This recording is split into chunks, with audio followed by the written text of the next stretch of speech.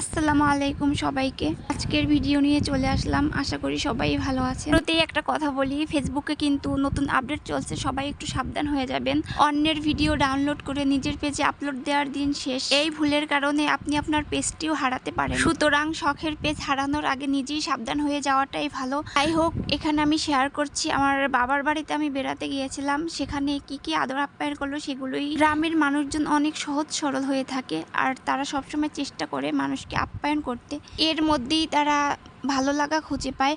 আর গ্রামের মানুষের ভিতরে যতটা আন্তরিকতা থাকে শহরে খুব কমই থাকে। শহরে এক বাসার মানুষ আর এক বাসায় খুব কমই যায়, আর গেলেও এত বেশি আপ্যায়নের চেষ্টা করে না। হয়তো বা যদি বেশি ভালো সম্পর্ক হয় তাহলে সেখানে একটু আদর আপ্যায়ন দেখা যায়। তাছাড়া অপরিচিত মানুষ গেলে যে খুব ভালো একটা বা বেশি একটা আদর করবে এটা কিন্তু খুব কমই দেখা যায়। আর যদি সেখানে আপ্যায়ন করাও হয় বেশিরভাগই বাহির থেকে কোনো নাস্তা এনে সেগুলো দিয়ে আদর করা হয়। আর গ্রামের মানুষ চেষ্টা করে তারা নিজে হাতে তৈরি খাবার দিয়ে আপ্যায়ন করতে। গ্রামের এই দিকটা আমার ভীষণ ভালো লাগে। তো আমি বেড়াতে গিয়েছিলাম 2 কি 3 দিনের জন্য। এর মধ্যে আমাকে যে আপ্যায়ন করে জনক, আমরা সবাই একসাথে হয়ে সবাই মিলে খাওয়া দাওয়া করলাম। আলহামদুলিল্লাহ বেশ মজাই হয়েছিল। তো এখানে দেখেন আমরা সবাই মিলে কাঁচা আম বানানে খাইতেছিলাম। তো শুরুতে ভিডিও করতে পারিনি, লাস্টের দিকে ভিডিওটা চলে আসছে। এটা হচ্ছে আমাদের পুরনো ঘরে যে ভাবি থাকে আর কি। আর ওই ঘরে লোকজন থাকে না, তাই একটু এলোমেলো জায়গাটা।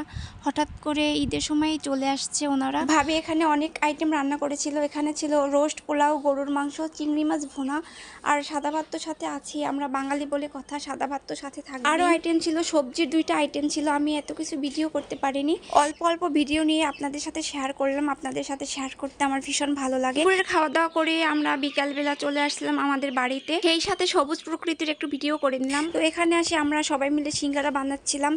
আর এখানে সিঙ্গারা বানানোর জন্য আলুটাকে আমরা রান্না করে নিচ্ছি, পুর যেটাকে বলে আর কি। এদিকে ভাবে হচ্ছে বেলে দিচ্ছে যাতে আমরা খুব সুন্দর করে সিঙ্গারাটা বানাতে পারি। যাই হোক, এই যে আমরা সিঙ্গারা বানিয়ে নিচ্ছি, সবাই মিলে একত্রে কাজ করার মজাই আলাদা।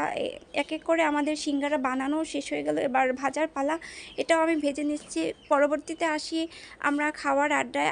আর এই ভিডিওটা ছিল আমাদের বাড়ি এসে ওই দিনকের ভিডিও।